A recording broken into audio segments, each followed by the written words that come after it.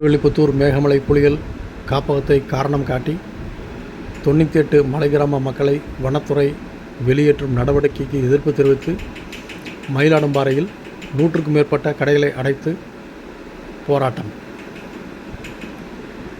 ஸ்ரீவில்லிபுத்தூர் மேகமலை புலிகள் காப்பகத்தை காரணம் காட்டி தேனி மாவட்டத்தில் உள்ள 98 மலை கிராம மக்களை வனத்துறை வெளியேற்றும் நடவடிக்கைக்கு எதிர்ப்பு தெரிவித்து தேனி மாவட்டம் ஆண்டிவட்டி தாலுகாவுக்குட்பட்ட மயிலாடும்பாறை பகுதியில் 100க்கும் மேற்பட்ட கடைகளை அடைத்து கண்டன ஆர்ப்பாட்டம் மற்றும் போராட்டம் நடைபெற்றது.